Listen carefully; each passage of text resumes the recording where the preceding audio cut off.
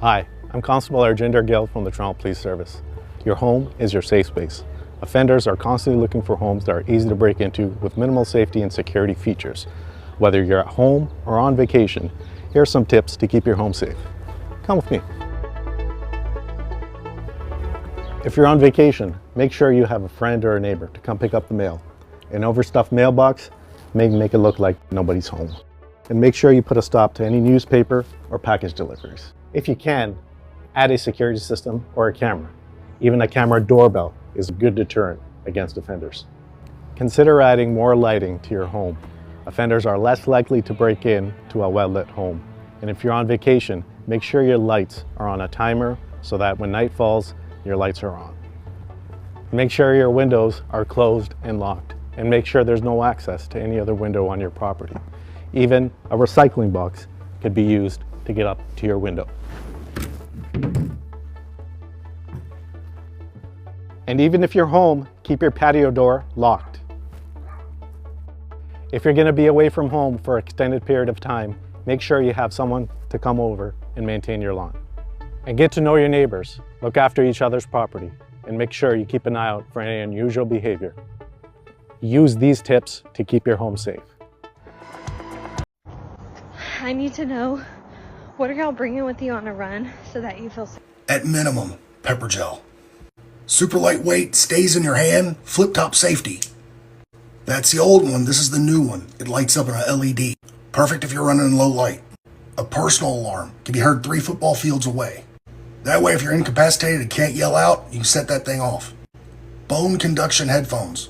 You can hear your music, but you can still hear everything around you. I'm a Second Amendment guy, but I hate running with it. A good belly band holster is okay. I prefer the chest harness. If you run at night, flashlight. I prefer a spicy flashlight. If you click the link in my profile and then go to my Amazon store, you'll find all of these. Great for a stocking stuffer, but in my mind, why wait? Be aware and be safe. Hello everyone, it's Javonzelyn Dunnigan, your safety lady coming to you out of Chicago, Illinois. So today's topic is related to office settings. As more and more individuals have to return to the office for work, I want you to start thinking about your office space, where you're sitting, where your office is, when you go into meetings. If there was an active intruder in your space, now I always say intruder, not just shooter, because somebody could be in your space and cause just as much harm if they don't have a firearm. So what I want you to think about is, how do you defend yourself in that space? Do you have anything around your desk that could be used against you, right? Or could be used as a weapon. So when I worked as a federal probation officer, we were told whenever we met with clients to pretty much clear our desk from anything that could be used as a weapon, a letter opener, a stapler, any hard object that could be thrown towards you. So if you meet with clients, make sure you move all those things off of your desk so they can't be used against you. The other thing you want to think about is if you had to exit or if you had to barricade yourself in your office, if you have an office setting, even if you're in a cubicle setting, could you get under your desk and hide? Do you have shoes, boxes, bags, or anything under your desk that would prevent you from hiding up under your desk? You always want to think about, if you couldn't flee, could you hide, and where could you hide? Could you lock your office door? Could you lock the space where your office cubicles are? You may or may not be able to, where maybe there's an entrance to a bunch of cubicle areas where people work. Can you lock that space, barricade that space with chairs, tables, or anything if somebody got into you all's office space? Not necessarily that one area where everybody is. Usually there's a space before you get to, or a barricade before you get to certain areas. It just depends on how your office is situated. But when I do situational awareness trainings with companies, I do a walkthrough so I can give people an idea of where they could go and what they could do to barricade themselves. So I want you to be thinking, when you go to the office today, next week, whatever day, if you had to barricade yourself, where would you go? If they don't do regular fire drills, do you know where your exit is? Do you know where the stairwell is? Do you know how to exit? Ask your employer, when are we going to do a fire drill now that we have to be back in the office? Of course, I want to do a shameless plug and say, let's bring in the safety lady so she can do a safety assessment and train us on how to evacuate and how to do things related to our personal safety and the office safety. This is a team sport. everybody has to be concerned about everyone's safety. When people are walking around and they're contractors and they're there to do some work in your space for whatever reason, keep your eye on people. Don't just assume because they've been cleared that they've been cleared. I used to have to do background checks on all the contractors that were in our space, and you'd be surprised what was considered okay and what wasn't. It doesn't mean someone won't take an opportunity to steal something or to harm somebody. So last thing I'll say, if you work on weekends or in evenings and the building is pretty empty, let security know that you're still on the floor. Let somebody know that you're still in that space so that you don't leave out of your space to get to the elevator and there's someone else that's still been lingering in your space. Most companies and buildings don't probably do a sweep to make sure in all the nooks and crannies that no one has stayed behind and lingered. You hope everybody has left that building. So that's your tip for today as we move into this space of going back into the workforce. I want everybody to really be thinking about what it looks like being in these offices. All right, follow me on Facebook, JMD Defense LLC, and on Instagram and right here. Please like and share. Take care and be safe out there. As a former Child Protective Services caseworker and at another time in my career I was an investigator, I definitely saw this a lot. I started a series about child safety. If you want to see the entire series, click right here. In this video, I'm going to go over questions that you need to be asking your children to make sure that they're safe and to find out if they've ever been victims of SA. Also, TikTok. This video is for educational purposes only and to spread awareness about child safety. Now let's get into it. Number one, you're going to ask your child, do you know the names of your parts? Then you're going to ask your child, can you point at them so that I know that you know where they are? If your child doesn't know what these parts are, use this opportunity to teach them using real anatomical terms, because statistically speaking, children who know the correct name to their body part are less likely to be targeted by pedos. Number two, you're going to ask your child who is allowed to see or touch your parts. If your child is older, fully potty trained, and they're able to shower themselves, the answer your child should give you is no one. If your child is younger, you can ask this question like this: who is allowed to help you with your parts in the bathroom or bath? And usually a child who's not potty trained will say mommy, daddy. And in this part, you're going to explain to your child that no one else other than the designated individual are allowed to help the child or see the child while they're in the bath or in the bathroom. Number three, has anyone ever touched your part? Number four, has anyone ever asked to see your, or has anyone shown you theirs? Number five, has anyone ever taken videos or pictures of you without any clothes on? Number six, has anyone ever shown you videos or pictures of other people without any clothes on? Number seven, has anyone ever asked you to keep a secret about touching? If so, what secret? Your child should know that secrets are bad, and that if someone asks them to keep a secret, they immediately have to tell either mom or dad or whoever the safe caregiver is. Number eight, has anyone ever touched you in a way that made you feel uncomfortable or confused? And are there any grown-ups or other kids that make you feel nervous or unsafe? And last but not least, you're going to always end the conversation by telling your child, if any of the things we just talked about were to happen to you, what will you do?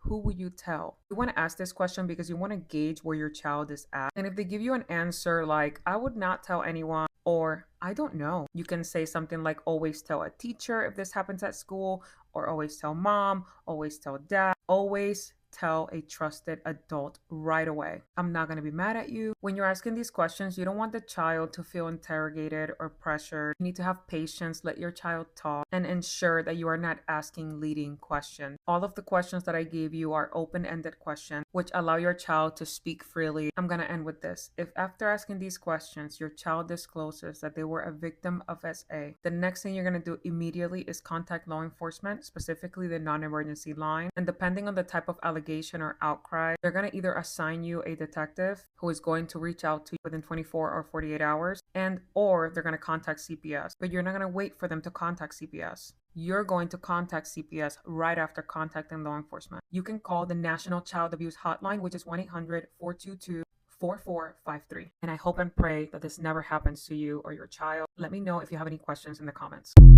The shit I'm about to say right now, everybody needs to know. And when I say everybody, I'm talking about men, women, boys and girls, babies, etc., etc. It's a video going around right now of a woman saying that she had a white dot on her windshield when she came outside and got into her car. Let me say that to you again. If you see a white dot on the right side of your windshield, that means you are a target for human trafficking. You heard what I just said? Matter of fact, look at this shit. Listen to this Ladies, shit. men, kids, Listen. teenagers, college students, anybody. I don't care if you're a dog. You drive a car, you make sure you check that if there is a white dot Listen. in the corner of your windshield, you call the police. You get in your car.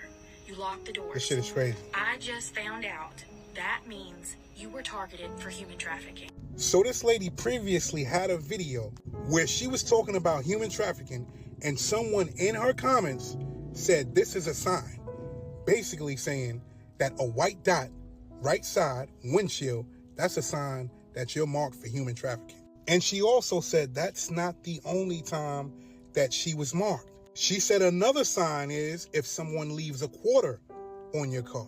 And that too was left on her car before. We just saw what happened in Texas, where they found 109 children that were being trafficked. These are the games they're playing. This is how they're doing it. If you see any of these signs, make sure that you alert the authorities, because we are living in a sick world and we have some sick people here. Pay attention.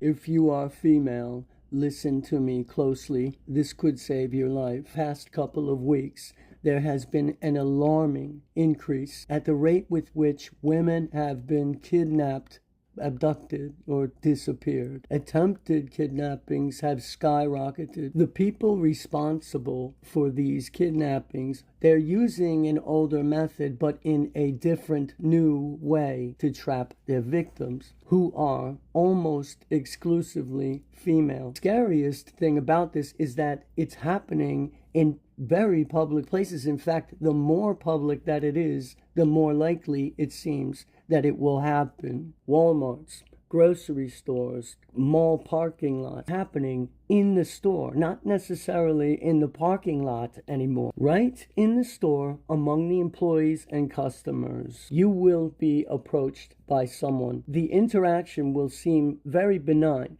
because one of the things that they are doing that's different, they are using people who are your age and your gender. People will strike up a conversation with you and be very friendly. In some instances, they even asked the person to pray with them. They knew they were religious. They are doing their research. They are very clever. This person, they will try to hand you something, a book.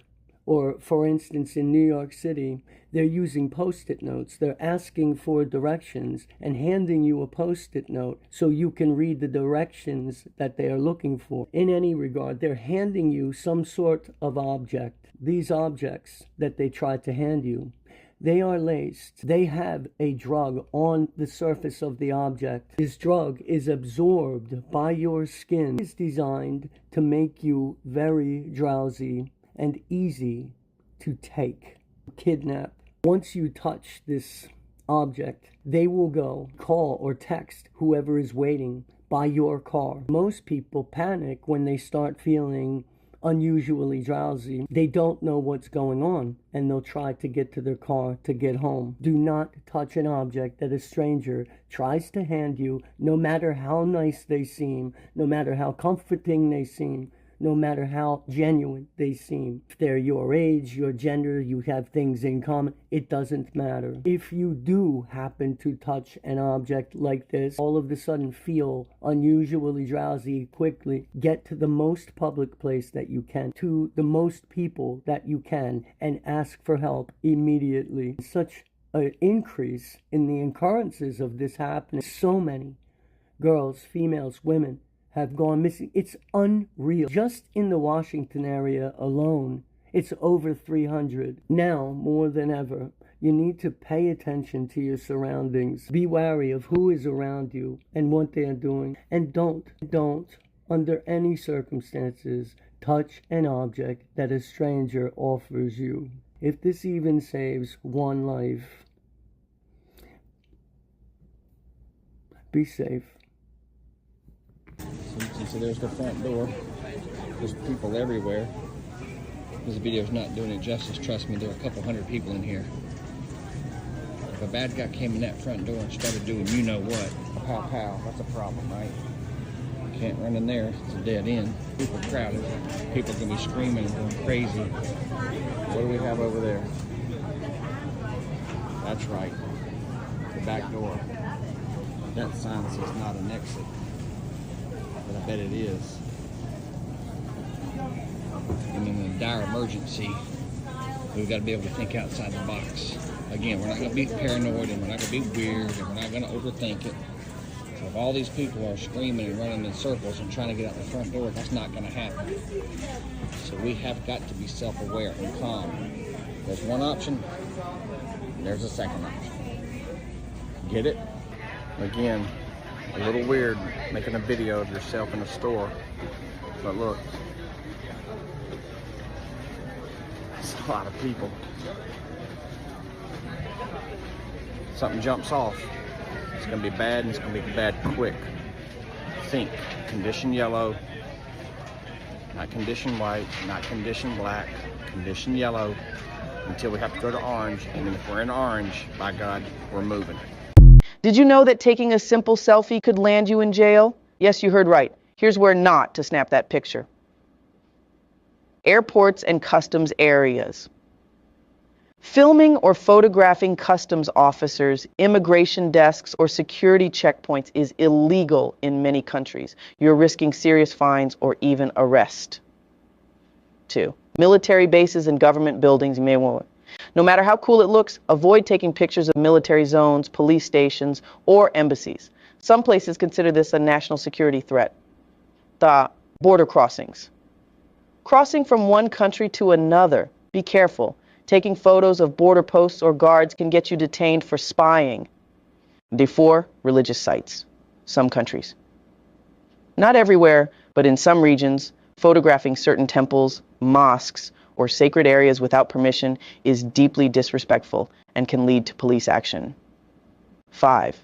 Cultural sensitivity. Even filming locals in markets or villages without asking can spark big problems. Always ask first. Remember, what feels like content for you might be a crime in another country. Stay smart, stay safe. Share this to save someone from getting arrested. The most common way that a lot of human traffickers get their victims is not by kidnapping. You'd be surprised about the way that they strategize this and get these people into human trafficking. And you wouldn't believe it unless it happens to you or somebody close to you. Share this video to help bring awareness to human trafficking. These men who strategize how to get their victims are trained by other human traffickers. And what is the most effective strategy that they're using? It's the boyfriends that get their girlfriends to help them out.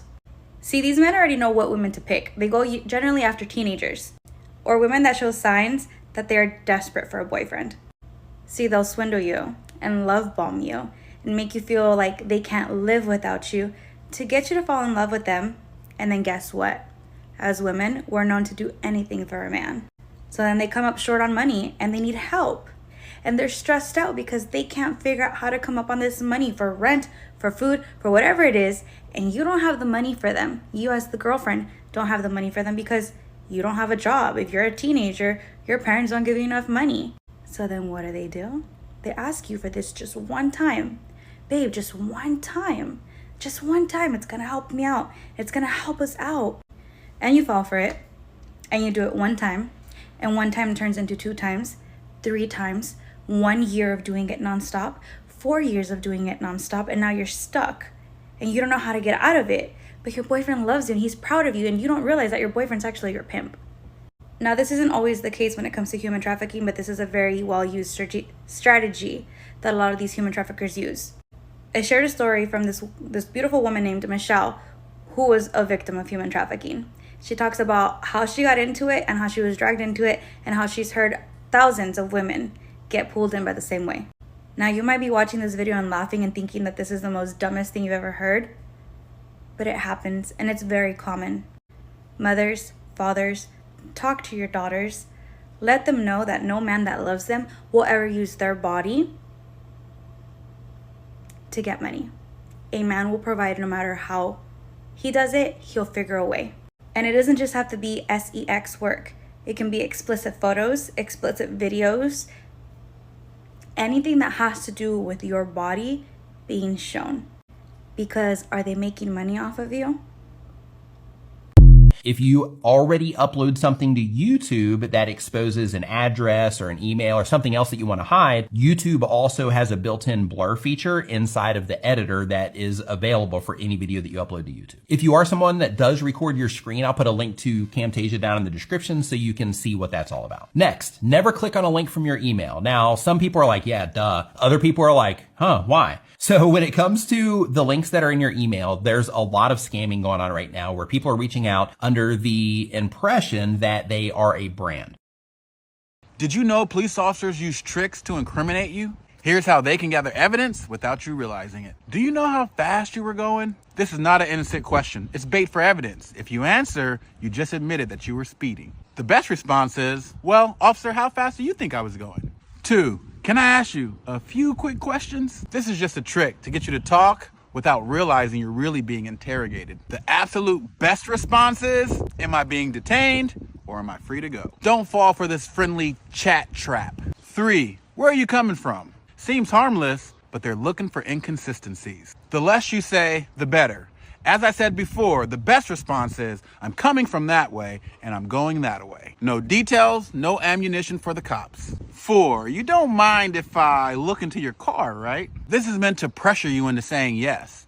Unless they have a warrant or probable cause, you can refuse. Simply say, I do not consent to any searches. 5, why are you so nervous? This is pure bait. They want you to second guess yourself and overshare. The best response is, I'm not nervous, officer, but am I free to go? Knowing your rights keeps you in control. My name's Attorney Dante Pride. I'm a civil rights specialist. If you'd like to hear more about your rights and how to deal with police, give me a follow. You know what to look for. You can tell when someone is about to punch you in the face. And today I'm going to teach you what to look for. First off, men should not be assaulting women, full stop. Unfortunately, there are a lot of men out there who hate women. And most of the men who are already hitting women are too far gone to reason with. So I'm just going to give some tips for anyone who wants to learn and feel safer knowing these. First, you have to pay attention to your surroundings. We won't be able to tell if someone's going to punch us if we don't see them coming. Please, again, don't read this as victim blaming. As a woman, you should be able to walk down the street looking down at your phone and not be assaulted. No matter where you are, paying attention to your surroundings is gonna be the best form of self-defense. Boxing and some other martial arts are something called telegraphing. What telegraphing means is that they're showing what punch or what kick they're going to throw before they even throw it. There's different levels to telegraphing, but the more extreme ones are if someone has a hand up here, or another common one is when a lot of people will swing hooks from back here. Those are both telegraphing. If someone is trained, however, it's gonna be much harder to read their punch. If someone comes up to you and you're worried that they're gonna punch you, but they're not telegraphing here or here, one thing to watch for is shoulders. My shoulder is going to tell you that that right hand is coming, or my shoulder is going to show you that that jab is coming at you. So when it comes to defense, there's 2 strategies. 1, you block and protect your face and your body, or 2, you make them miss. Let's start with blocking. Feel like someone's going to punch you, you want to bring your hands up like this, okay? I want you in your fight stance, left foot forward, right foot back. If you're a righty, switch. If you're a lefty, your hands are going to be up here. So if someone's telegraphing, whether that's up here or whether they're coming like this straight out, the fastest way, especially as a beginner, to protect yourself is just to raise those hands up, okay? You want them close together. You want your knuckles on your forehead, like touching, okay? Elbows tucked, head down, knuckles on your forehead. The reason being is if your knuckles are out here and they hit your hands, you hit yourself. Second, if they're telegraphing a hook from back here, remember we want to start here no matter what. If they're coming with the hook and it's coming on this side, they're aiming for your temple or your jaw. That's how they get the knockout. So what you're gonna do, hands are up here, you're just gonna comb your hair backwards and come here. This is, see, my arm, my forearm is protecting my temple, my bicep is protecting my jaw. It's just boom, as fast as possible. If they come this way, boom, boom, boom, boom. When it comes to making them miss, there's a number of defensive moves. If you train, some of the common ones you probably know are ducks, slips, rolls. If you're a beginner though, one of the best things you can do is just get off their center line. So say someone's coming at me, what I'm gonna do, okay, I'm in my boxing stance and my hands are up because I'm not fucking around. I'm gonna step with that front foot and then I'm gonna bring that back foot behind. So you can either step or you can kind of slide over and open, okay? If you're more experienced, this actually puts you in a really good position for a strong right hand right to the side of their head, which we love. Remember though, the main goal of self-defense is to just get the hell out of there. Another one that's good for beginners, if they just come right at you, remember, hands up and just lean back. okay? Don't lean back like this. You wanna lean back with your entire body. Boom, okay? Again, if you're more experienced and you're confident, you can lean back and then come with the right hand. Even if you're more experienced, I always recommend the heel of your palm, because then you won't break your hand punching them in the face. So I prefer heel of hand just to nose. One of the last ones I like, which is more for intermediate to advanced, but it's good if you're a short girl versus a tall guy, is again getting off the center line. But what we're gonna do is we're gonna slip, also change levels, so it's almost like a duck, but not really. So you're changing levels, you're slipping, and you're gonna hit them right in the solar plexus, okay? That's a lot softer, so we won't be breaking our hand, but you'll still knock the wind out of them. So if they were coming at me, I see that straight right coming, I go down and boom, right back to my face.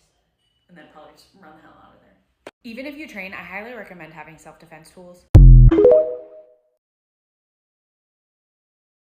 Do you need some good vibes today? Well, we're all about maintaining good vibes here at TikTok, so we've given you extra tools to help you craft your perfect creator experience. Keep watching to find out how to use them.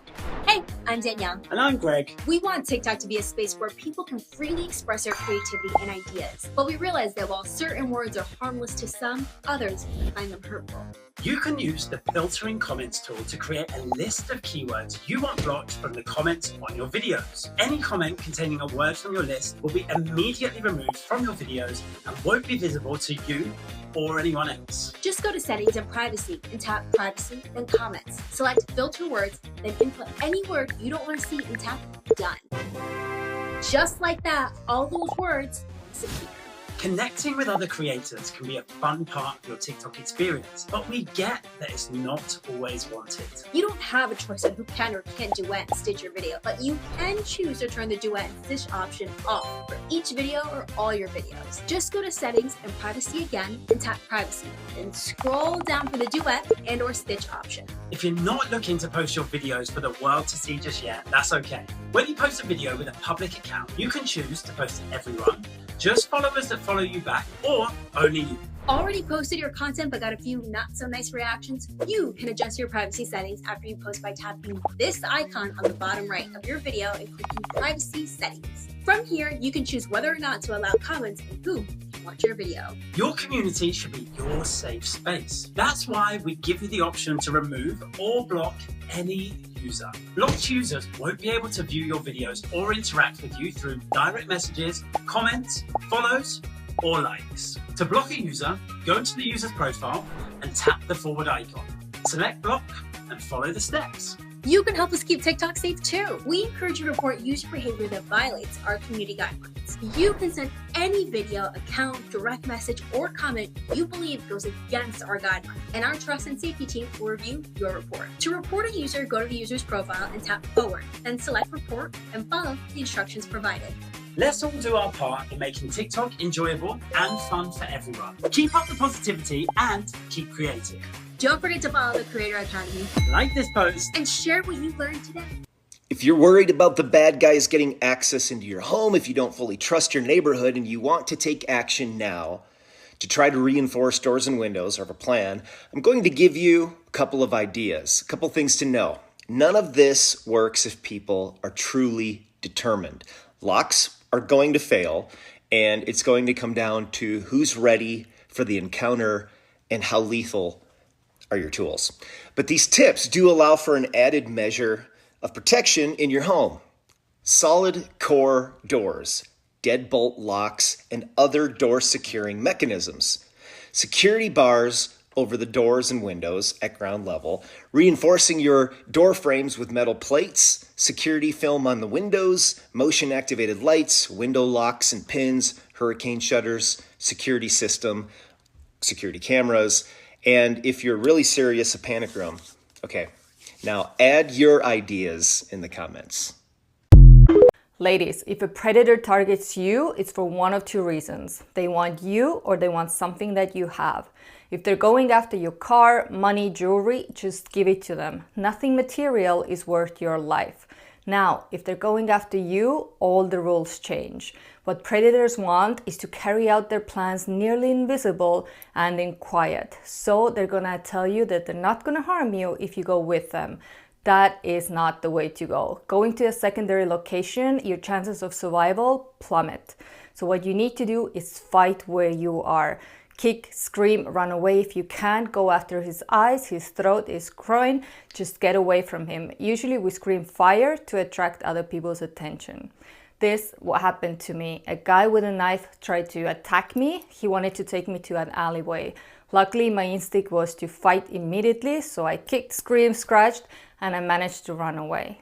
Please share these types of videos with somebody you love so we can keep each other safe. When it comes to staying safe online, you're going to want to keep these things in mind. Number 1, never ever post in real time. 2, never post photos of the front of your house. You never want anybody to be able to see your address or even know what your house looks like. This goes for your car and your license plate as well. Don't post what sorority you're in, don't post what school you go to, don't post the school your kids go to, the list goes on and on. Basically, for a rule of thumb, whenever you're going to post a photo or a video to any social media, take a look at it, pause for 10 seconds, and do a quick overview and ask yourself, can anybody find me from this post? Can you see my home? Can you see my car? Is there any personal information in this post that could put me in danger? If the answer is no, post away.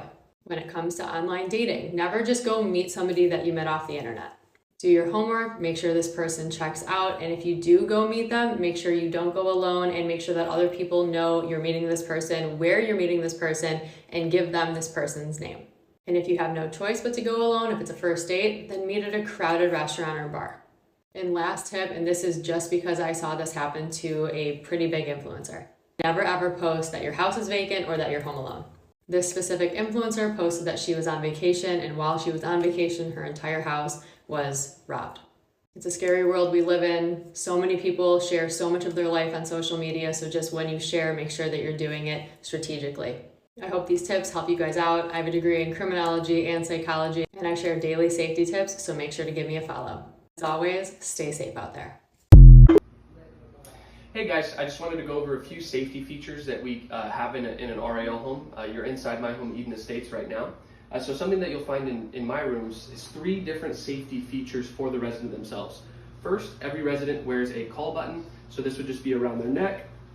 If they ever needed help, they would just press this button and it would alert the caregivers that somebody needs help. They're also by number, so each resident, they know, hey, if number 2 goes off, then Miss Linda would need help and assistance. In addition to that, inside their rooms, maybe they are in a point where they can no longer use the call button or forget that they have it on, which has happened. We also have a bell right here, and then a baby monitor that we keep on every nightstand in the room. And what that does is it goes to a cluster in the kitchen. So if this resident can't reach this button, they can't reach the bell, all they have to do is ask for help, and the caregivers would know that this resident needed assistance. A few other safety features that you would have is we have fire suppression. So that's going to be throughout the house. And then every bedroom also has a smoke and carbon monoxide alarm. And then right outside this room, you'll notice that there's a fire extinguisher. That's there. There's 2 in the house, so that's there just in case we had some traumatic issue where there was a fire. They can go ahead and use that to start dampening those flames. On top of that, actually, while we're on the item of safety features, there's 2 other devices I would like to show you. So the first one is going to be this device. Now, not every state allows you to have this in your home, so you'd have to check with your state regs. This is called a Hoyer lift. So this is for someone that can no longer ambulate, which is get up and walk themselves, or have they're no longer weight bearing. This device actually picks them up, and then we can put them in bed, we can put them in their recliner, whatever they need. It also assists if a resident was to fall on the floor and needed assistance back up. It's a safe way to get the resident back up off the floor and back into bed. The last safety feature I'd want to show you guys in regards to mobility is going to be a device called a Serasteti. So this device is a sit-to-stand wheelchair. I have a few other videos on this one. Essentially what would happen is if the resident was in bed over here, this would slide in, the resident could put their feet on it, the caregivers would lock the wheels, and then they would help them stand up, and then these go behind their butt, and then the caregivers can zoom them around the house. So that's most of the safety features we have here. Here's some grocery store safety tips you need to follow. Never leave your purse unattended at any point. If you do want to leave your purse here, what I recommend is wrapping the strap around your own wrist and going that way. Never leave your purse unzipped. The next one's a true story. Someone contacted me and let me know that someone actually tried to get into their car after following them around the grocery store. Thankfully, their heightened awareness was on point, and as soon as they got in their car, they locked those doors. So my point is, be aware of your surroundings at all times, because don't think that a grocery store doesn't have people always watching you. Stay safe. Don't ever make this mistake when you're home alone at night. If someone knocks on your door late at night, do you pretend like nobody's home, or do you go address the situation? Definitely go address the situation, and here's why. That knock, if it is an intruder, could be a test knock to see if the home that they're trying to hit is vacant. With that said, whatever you do, please do not open the front door at this time. For whatever reason. Speak to them from behind your door or your Ring doorbell camera only, and if you sense that there's any sort of evil intent, let them know that you have already called the police and that they are on their way right now as we speak. Do not threaten to call the police, because that'll let the person know that you haven't done it yet. Tell them that they are already on their way and you've already done it. Like and follow for more tips. Document if you ever are feeling unsafe at work. Oh, you definitely want to save this for later. Hi, I'm Angel and I worked in corporate America for 10 years, so book a one-on-one call where we discuss your workplace issues and find a solution. If you're ever feeling unsafe at work, whether it's physically or mentally, don't just vent. Document everything, and here are the steps. Step 1, log the date, time, and location. Your timestamps mean everything, so you want to be as crystal clear as possible. Step 2, who was there? And I'm talking about witnesses, supervisors, anyone that was there, you need to name them. And do this as soon as possible. Don't rely on memory to try to double back. Third, make sure you're taking photos and screenshots, because no one can never challenge what they see right in front of them to be true. And finally, document your records, because if it's one thing I learned about these companies, they like to pretend nothing ever happened if it's not in writing. Unsafe work environments don't fix themselves, so it's up to you to speak up. And let your receipts do the speaking. Here are some ways to amp up your home security. First thing, this is pretty obvious. Have a security system. Have cameras on your property. And if you don't, fake it. Go online, you can find those little stickers that you could put in your front door and on your windows. I'd even grab an affordable lawn sign as well, because seeing or believing that there's a security system is a deterrent. I used the fake it system a couple of times over the years while I was renting, and it added peace of mind. But back to an actual security system, which is something I highly recommend, make sure that you have cameras on the inside and outside. Something else that I've done over the years is get a beware of dog sign, and I've put it in the front door, and I've also put it on back fences as well. Even if you don't have a dog, it's a great deterrent. Criminals do not want to mess with dogs. Remember, most of the time, they want an easy target. So your goal is to make your house very, very unappealing to them. Another line of defense is to put a fence around your backyard. Make sure that there's a lock on the inside, and the higher and the pointier the fence, the better. Also, floodlights are wonderful to have. If somebody would enter your property, you want to quite literally light them up. There are also solar-powered motion detectors that you can install on the outskirts of your property so that if somebody would even come near your property, you will get a notification.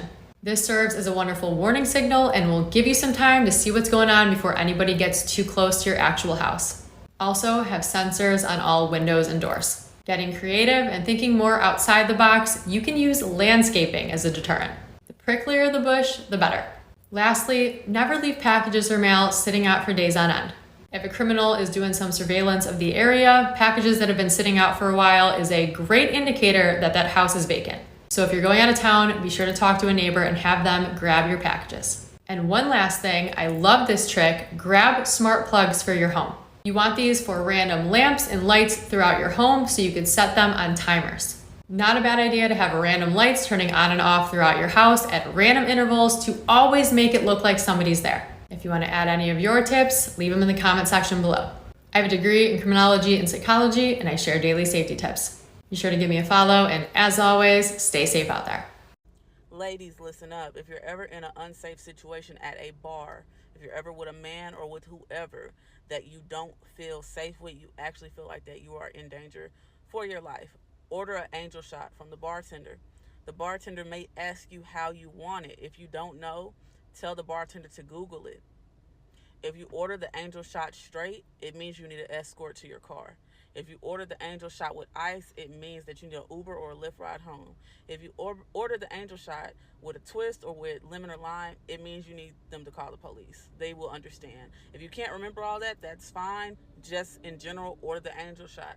When you very first go out with a man or even friends, because everybody ain't your friend, when you first get to the bar, go to the bathroom and wash your hands. Check around the bathroom, inside of the stalls, or up on the walls for signs. Sometimes different bars have different code words, and they should have it printed what code word you need to use if you're ever in a dangerous situation.